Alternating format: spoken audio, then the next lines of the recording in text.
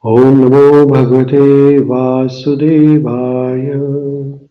Om Namo Bhagavate Vasudevaya. Om Namo Bhagavate Vasudevaya. Narayanam Namaskrutyam Naram Chaiva Narottamam Devi Saraswati Vyasam Tato Jayamudire Nashtaprayeshu Bhadreshu Nityam Bhagavata Sevaya Bhagavati Uttama Shloke Bhaktir Bhavati Naishtaki Grandraj Śrīmad-Bhāgavatam ki jai. So we're reading Śrīmad-Bhāgavatam, third canto, chapter number 12, titled as Conversation between Kardama Muni and Manu. So in this chapter, there is a description of Kardama Muni. Kardama Muni is a son of Manu. And the first Manu is Swayambhuva Manu. There are 14 Manus in one day of Brahma, and we are talking about first Manu, which is the Swayambhuva Manu. Manu is the father of mankind, and Manu and Satrupa give rise to the children, and the description of the children is mentioned in Śrīmad-Bhāgavatam. We'll learn more about other children like Maharaj, Priyavarta, Uttanpad, and their children like Prahlad Maharaj. We'll also learn about other children like Prajapatis, Prajapati who got married to children of Brahmaji. So in this way, there is a description of all the great devotees who are children of Swayambhuva Manu. So here we are learning about Kardama Muni. Kardama Muni, when he was asked to produce children, he did tapasya. Kardama Muni's wife's name is Devahuti, and Kardama Muni did tapasya of Bhagavan Vishnu for 10,000 years. And when 10,000 years tapasya was finished, he saw Lord Vishnu face to face. And the description of that Lord Vishnu we learned yesterday in the shloka number 8, 9, 10, 11. Lord Vishnu was standing in front of Kardama Muni, and the appearance of Lord Vishnu was as if thousands of sun shining at the same time.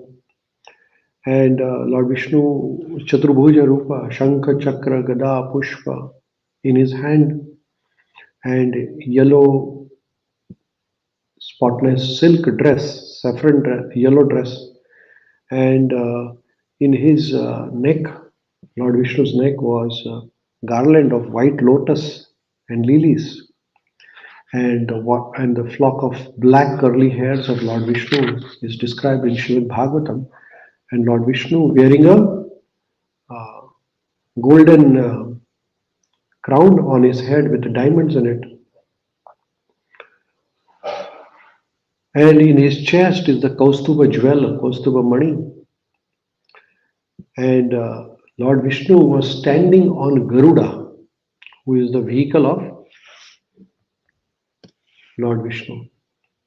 So this description is there in Śrīmad-Bhāgavatam, and this is what Lord Vishnu appears like.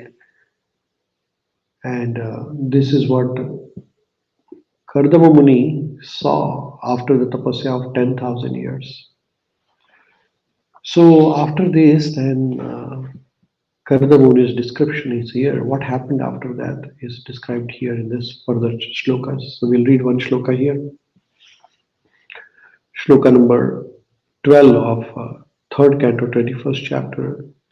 The shloka says, Jata harsho apatan murdna shito labda manoratha girbistva abhyagranat priti swabhavatma kritanjali. When Kardama Muni actually realized the Supreme Personality of Godhead in person, he was greatly satisfied because his transcendental desire was fulfilled. He fell on the ground with his head bowed to offer obeisances unto the lotus feet of Lord. His heart, naturally full of love of God, with folded hands, he satisfied the Lord with prayers. So here Kardama Muni took the darshan of the Lord, and then he was really satisfied, transcendental happiness. And he fell on the ground and paid respects to the Chaturbhuja, Vishnu. And he had love for Godhead. With the folded hand, he satisfied, he started praying to Lord Vishnu. So in this purport, Srila Prabhupada is explaining about the process of Samadhi. So Prabhupada explains, the realization of the personal form of Lord is the highest perfectional stage of yoga. In the 6th chapter of Bhagavad Gita, where yoga practiced is described, this realization of the personal form of Lord is called perfection of yoga. So this is what is the ultimate aim or the perfection of real yoga. What is that? Yogi nam api sarvesham matagatendaratmana shraddhavan bhajayanto mam samay yuhtatma mata. That is the perfection of yoga. That at the end you can connect with the personal form of Lord. After practicing the sitting postures and other regulative principles of system, one finally reaches the stage of Samadhi. And what is that Samadhi? Samadhi is, the absorption is supreme. So that is the Samadhi. So this is the end result of all the process of yoga. Ashtanga yoga has yama, niyama, asana, pranayam, pratyahara, dharana, dhyana and Samadhi. Samadhi is the ultimate stage of yoga. And this is described here in Śrīmad-Bhāgavatam, absorption in the supreme, complete, absolute truth. Your mind does not deviate from Krishna. That is called as Samadhi. In Samadhi stage, one can see the Supreme Personality of Godhead in his partial form as Paramatma. So in what happens in Samadhi? So you can see the Lord in his form, which is Paramatma form. Chaturbhuja Rupa. That is a partial form. That is not complete form actually. Complete form is Govindam Adi Purusham Tamam Bhajami. But yogis can reach up to the level of Paramatma, which is there in our heart as a Shirodakshai Vishnu. And when you take a darshan of Paramatma in your heart at the end of the whole process, that is called Samadhi. Samadhi is described in authoritative yoga scriptures such as Patanjali Sutra, and it is to be a transcendental pleasure. Samadhi is also a state of happiness, and it is a state of transcendental happiness, transcendental pleasure. When you see, you get connected with yoga, with the Lord. Yoga means to get connected, and connection of Atma with Paramatma is called as Samadhi.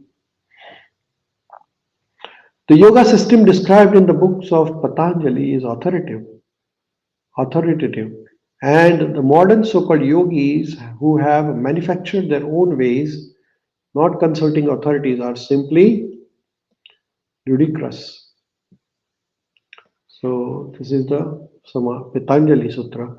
Patanjali Sutra is authoritative scripture, and there it is mentioned that connection of Atma and Paramatma is the yoga.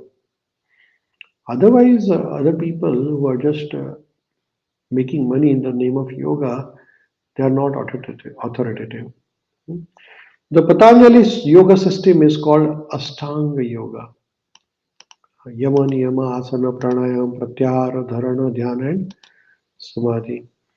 So this Ashtanga Yoga system is Patanjali, and then ultimate aim of Ashtanga Yoga is to connect Atma with Paramatma. Sometimes impersonalists pollute the Patanjali Yoga system because they are monist. Patanjali describes that the soul is transcendently pleased when he meets Super Soul, and sees him. If the existence of supersoul and individual is admitted, then impersonalist theory of monism is nullified. Therefore, some impersonalists and void philosophers twist the Patanjali system in their own way and pollute the whole yoga system. So Patanjali system, the Patanjali Yoga Sutra is a book about it, and it talks about personal form of Lord, because the whole process is that union of Atma with Paramatma. But then some people have distorted this and they are just saying that Lord has no form. Lord has a form, and that form is described here in Śrīmad-Bhāgavatam, the Chaturbhuja Rupa.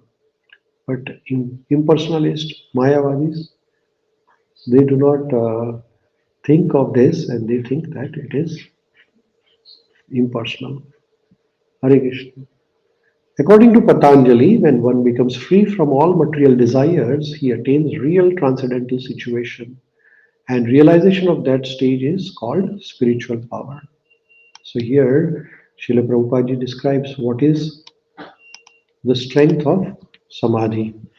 So, Patanjali Sutra, it is described that when one is situated in Samadhi, then all his material desires, they are vanquished. And the material desires are transformed into service to Lord. So, and then one gets the spiritual power. In the material activities, a person engages in the mode of material nature. The aspirations of such people are to be religious, to be economically enriched, to be gratify the senses, and at the last become one with Supreme. So when one is situated in the uh, material sense gratification mode, then one looks for dharma, artha, kama, and moksha. According to the monist, when the yogis become one with Supreme and loses his individual existence, he attains the higher stage called as Kaivalya. But actually, the stage of realization of personality of Godhead is Kaivalya. So Samadhi is the stage of Kaivalya, where in Samadhi, Atma is united with Paramatma, and one can see Paramatma in the heart in the form of Chaturbhuja Rupa. Kshirodakshai Vishnu is seen in the heart when one reaches that stage of Samadhi.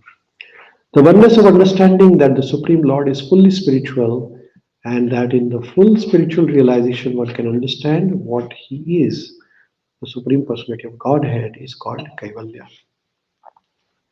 Or in the language of Patanjali, it is realization of spiritual power. So our real spiritual power is awakened when we reach to the stage of Samadhi, and that is possible through either Ashtanga Yoga or through Bhakti Yoga. Ashtanga Yoga is you have to follow the 8 limbs: Yama, Niyama, Asana, Pranayam, Pratyahara, Dharana, Dhyana, Samadhi. Otherwise, through Bhakti Yoga, that spiritual power is automatically awakened. Hare Krishna. आप प्रसाद दीजिएगा. Thank you. His proposal is that when one is freed from material desires and fixed in spiritual realization of self and super self, this is called Chitta Shakti. So this is another concept of Yoga Shastra. First one we learned Samadhi, second Kaivalya, and the third concept of Yoga Shastra is Chitta Shakti. So Chitta Shakti is what? So when we reach the stage of Samadhi, then our material desires finished. As soon as one is connected with Paramatma, all the material desires, dharma, artha, kama, moksha, all are finished. And one has only desire of serving Paramatma, that is Chitta Shakti. In full spiritual realization, there is a perception of spiritual happiness, and that happiness is described in Bhagavad Gita as the supreme happiness, which is beyond the material senses.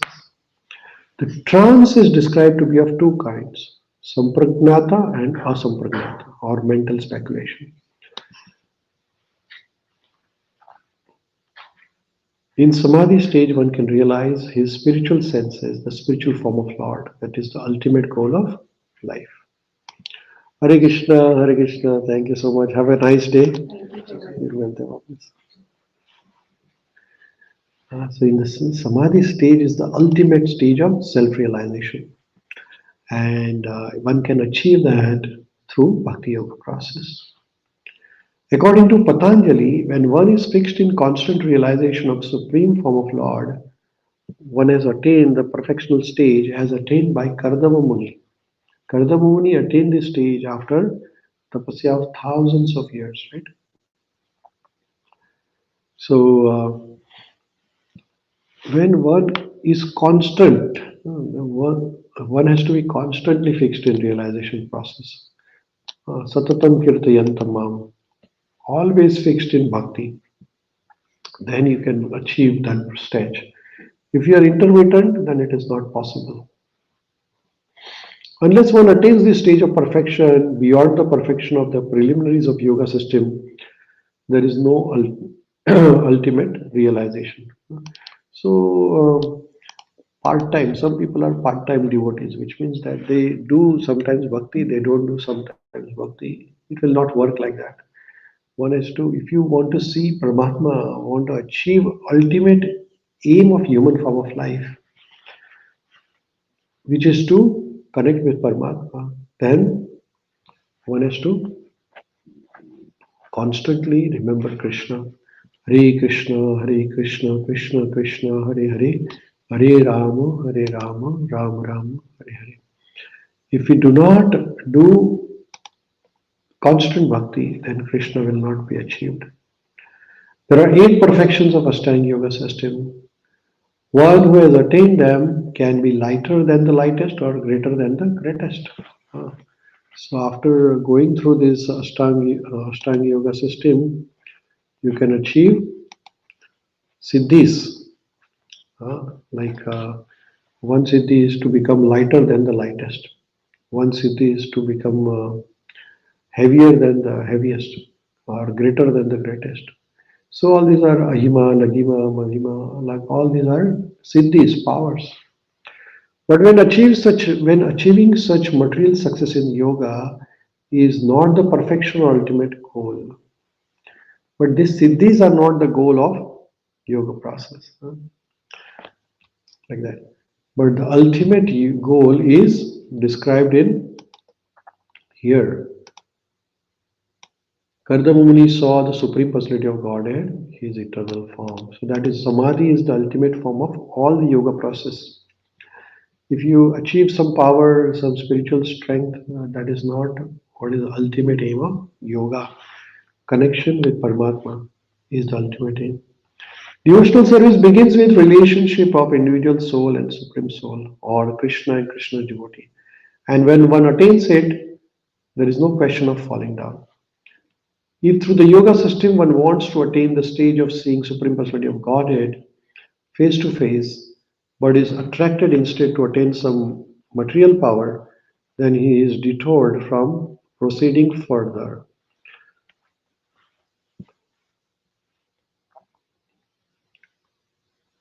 So, if through yoga system one wants to attain the Samadhi stage, but at the same time he is attracted towards the material gain or some sort of siddhi, then it doesn't work like that.